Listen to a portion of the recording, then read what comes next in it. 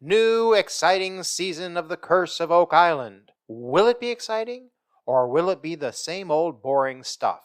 I ask those two questions because those are the two extremes that we see in the response to The Curse of Oak Island TV show.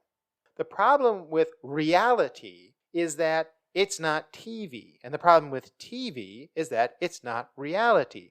Reality unfolds according to, well, no particular plan. It just happens. If the TV show The Curse of Oak Island was fake, they'd been finding all kinds of stuff by now. They'd been finding things that are absolutely like, well, something more than a doorknob, or something more than a spike, or a nail. And yes, some smart alecky people will say, oh, see, they don't find anything interesting.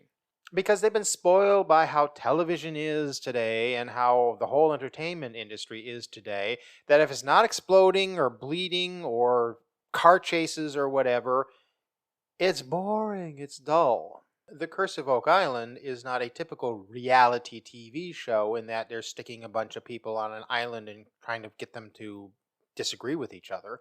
It's not a stage set. It's a real place. And what the brothers Lagina and team are doing is not a reality TV show. They're doing an archaeological exploration. And archaeology is dreadfully slow. That's the nature of it, and that's how it should be. Laird Niven is a professional archaeologist. He doesn't just put a shovel in the dirt and come up with gold, because that's not how reality works. It may be how fiction works, but Curse of Oak Island is not fiction. Archaeology is a science. Geology is a science. And as sciences, they require patience. And the people who are snarky smartasses, running down the show saying it's all fake, they're just showing that they lack patience. Science also calls for a certain level of sophistication, a certain level of understanding that things aren't blunt force, black, white, right, wrong, true, false, but are more nuanced, and that you have to chase information, that you have to assimilate information, that you have to get more than one data point. You can't just say, this is the way things are, and therefore that's the way they are. And so the people that are smart alecky running down the show also lack a certain level of sophistication. Sorry, that's true. You lack a certain level of sophistication. On the other hand, all the believe anything people that want to say, oh, well, it's definitely this, it's definitely that. There's a certain lack of sophistication there too. Because, again, things just aren't what you want them to be. Things are what they are. And you need to respond to how things are. And so the Lagina brothers and their team of helpers and the scientists that they have hired to help them in their scientific endeavor are patient and sophisticated and don't make stuff up. They find what they find. They don't find what they don't find. But they keep trying. And for that, we should be grateful that they keep trying. Now, the TV show is a different animal. The TV show is less than honest with us. As I said in my video, why is The Curse of Oak Island lying to us? Because it did lie about the Xena Halpern map. It was not a Templar map. It was not dated 1347. They know this. The Laginas know this. Anyone paying attention knows this. But the show lies anyway and continues to lie about this idea that it's the Templars. And of course encourages other people to lie, to just make stuff up. You don't have to make stuff up if you're willing to accept reality as it is. And I'm not talking about social justice issues. Don't even go there. I'm talking about things like Oak Island. It's science. We don't just say, this scientific result, I don't like it, therefore I will disagree with it. That's not how it works. That's not how reality works. It's not even really how TV works, but TV encourages the opposite behavior. In my earlier video, Is Oak Island the reality TV show we deserve? I talk about the two sides of the issue. There are people who want to believe anything, and then there are people who are skeptics. They won't believe anything. I later did a UFO video this summer about the supposedly big grand reveal from the Pentagon about the existence of aliens. And I said, well, yeah, you've got people who suffer from the ideology of believe anythingism, and there are people who suffer from the ideology of skepticism. They don't believe anything. We see that writ large in the whole UFO phenomenon, and we see a very similar, very human difference in the response to the Curse of Oak Island. But as I say in my video to those who say the Curse of Oak Island is fake, just because they lie about one thing does not mean they're lying about everything.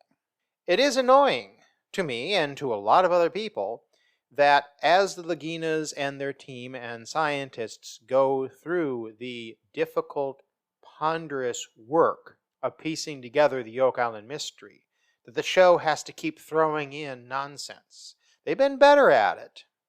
At least we aren't dealing with Roman swords anymore. And the fact that the show could do better, though it detracts from the show, it does not ruin the show. And I'm still hopeful, as we've seen the last few seasons, that kind of letting go of this sense of we must perpetuate this myth of the Templars to make it interesting to the audience. That maybe now that they have a really huge audience for this show, a lot of people that really want to find out what really happened on Oak Island because something really happened on Oak Island, that the show continues to just let the science move forward, let the process move forward. It now has been scientifically proven that there is some sort of precious metal treasure buried in the money pits, and apparently in one other place at least on the island. But let's see where the data leads us. And a brief aside about the two Laginas. Rick and Marty give us a wonderful combination to emulate. Rick is the believer. Not in the sense of he'll believe anything. He's quite discerning in what he is willing to believe.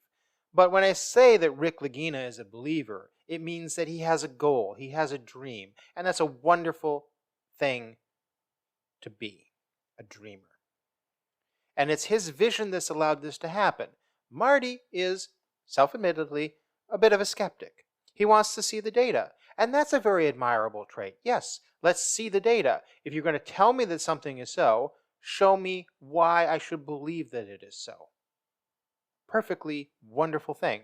When you combine those two things, then you create this wonderful synergy. A willingness to move forward, a willingness to look, a willingness to believe that powers the exploration, but with a skeptical eye of show me, don't tell me, show me. And when you combine those two things, whether you're two brothers doing it or one person combining those two aspects of your own personality, that leads to productive results because you're willing to leave the dark cave of skepticism, of I don't believe in anything, to go out into the world, to explore the world. But then in that exploration, to not be duped by every fake thing, by every lie that people will tell you, or be put off by any setbacks that are out there, that you didn't see immediate confirmation of what you believed and therefore you just give up. No. To really believe, to really have faith, and what faith really means is to be willing to keep trying. And these guys are still trying, all these years later. How many hours, how much money have they poured into all of this? And yes, I know History Channel has paid most of the money, but that's okay. They have spent the time and energy. Will something exciting happen this season on the Curse of Oak Island? I sure hope so. I'm sure you sure hope so. Let's find out. Something is buried there. Something happened there. Something very significant. But keep your expectations reined in. But keep believing that a result can be achieved.